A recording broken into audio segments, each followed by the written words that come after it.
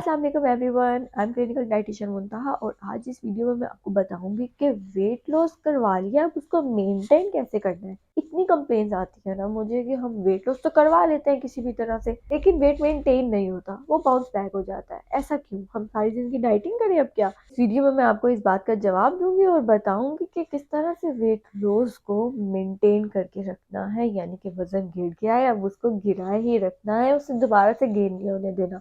तो let's talk about it. But अगर आप मेरे चैनल पे न्यू है और अभी तक सब्सक्राइब नहीं किया तो make sure to subscribe my channel and hit on the bell icon. मुझे कमेंट सेक्शन में बताएं कि आपने भी ये चीज फेस की है कि वेट लॉस तो करवा लिया लेकिन वो दोबारा से गेन हो गया है, और किस तरह की आपने डाइट की थी। तो let me know in the comment section. और इस वीडियो में मैं बिल्कुल रियलिस्टिक बात करूंगी, कोई भी आपको सुनहरे ख्वाब नहीं दिखाऊंगी।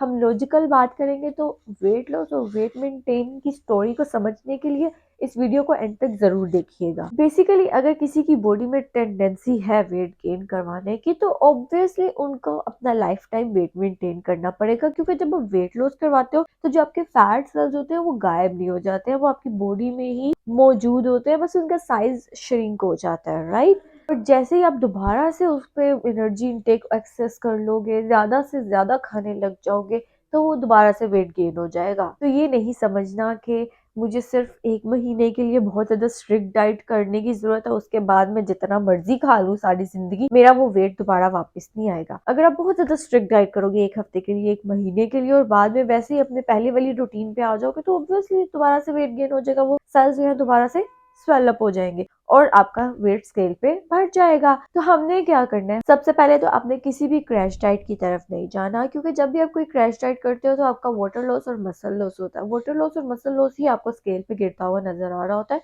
जिसको आप समझते हो कि हमारा फैट लॉस हो रहा है, बट नहीं, वो आपका मसल लॉस हो रहा होता है, वाटर लॉस हो रहा होता है। और जैसे ही आप वो स्ट्रिक्ट डाइट क्रैश डाइट छोड़ोगे और दोबारा से रोटी चावल खाना शुरू कर दोगे, कार्ब्स खाना शुरू कर दोगे, दूध पीना शुरू कर दोगे, जो अगर आपने पहले छोड़ा हुआ था डाइटिंग करते हुए, तो वो आपका वेट वापस आ जाएगा, क्योंकि वो दोबारा से वाटर आपकी बॉडी में स्टोर होने लग जाएगा और आपका वेट ऊपर चला जाएगा। स्केल पे जो वेट गिरा था वो वापस आ जाएगा। बट यस, अगर आप कहें कि मैंने 3 महीने से रोटी चावल नहीं खाए, 2 महीने से रोटी चावल नहीं खाए, और अब मैं रोटी चावल रोज खाऊं और मेरा वजन भी मेंटेन रहे, तो obviously that is not possible. आपको चाहिए कि आप पहले ही रोटी चावल खाते हुए वेट लॉस करवाओ, फैट लॉस करवाओ, तो वो आपका वेट लॉस फिर मेंटेन भी रहेगा।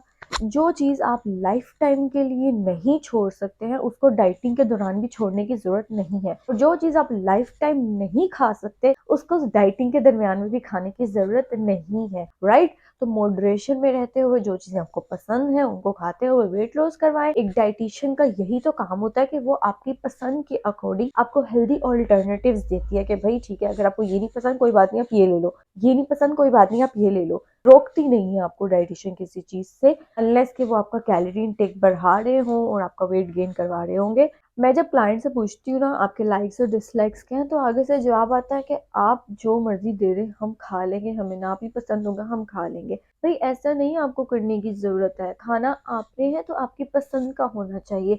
मैं अपनी तरफ से बनाकर दे दूंगी, मुझे इशू नहीं है, मैं बना के दे दूंगी। आपको वो पसंद नहीं चीज आएगी, आप 1 दिन खाओगे, 2 दिन खाओगे, 1 हफ्ता खाओगे, उसके बाद फिर आप बोर हो जाओगे और थक जाओगे और आप छोड़ दोगे उस प्लान को फॉलो करना।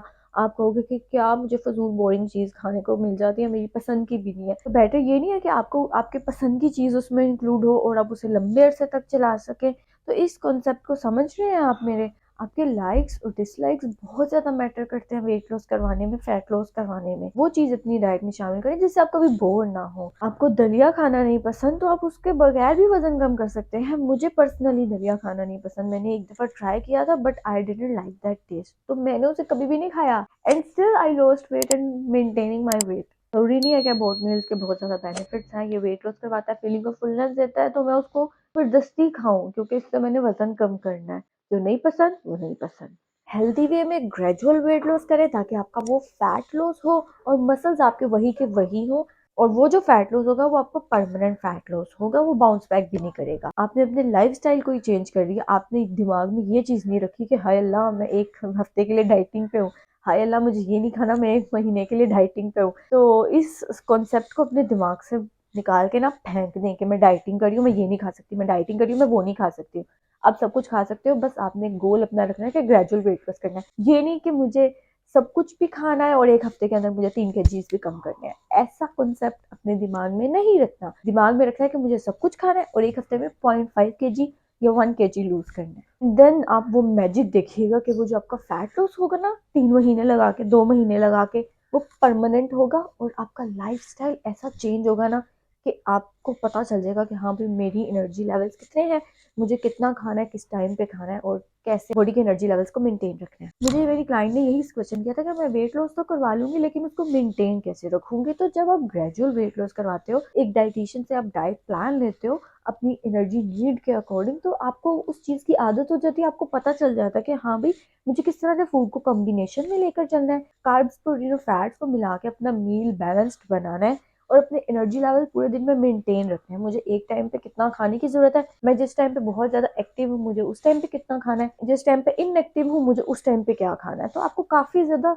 इंफॉर्मेशन मिल जाती है और आप अपनी लाइफस्टाइल को उस तरह से अडोप्ट कर लेते हो और वो आपका परमानेंट लाइफस्टाइल बन जाता है और लाइफ टाइम के लिए आप अपने वेट को मेंटेन स्टेबल करके रखते हो। 1-2 दिन से आप ज्यादा खा लोगे तो कुछ नहीं हो जाएगा, उससे आपका वेट गेन नहीं होगा। कंसिस्टेंटली आप खाते जाओगे ना इरेगुलर इम्बैलेंस्ड मील्स, तो ऑब्वियसली वो फिर आपका वेट गेन करवा सकता है। जब आप एक बैलेंस्ड डाइट प्लान फॉलो करते हो, जब आप एक बैलेंस्ड लाइफ स्टाइल फॉलो करते हो ना, तो आपको पता चल जाता है कि मुझे कितनी किस टाइम पे भूख लगती है। आपको अपने हंगर क्यूज का पता चल जाता है कि हाँ भाई मुझे इस टाइम पे भूख लग रही है, इतना से खा के मैं फुल हो गई हूँ, तो यहाँ पे मुझे अब स्टॉप कर देना चाहिए।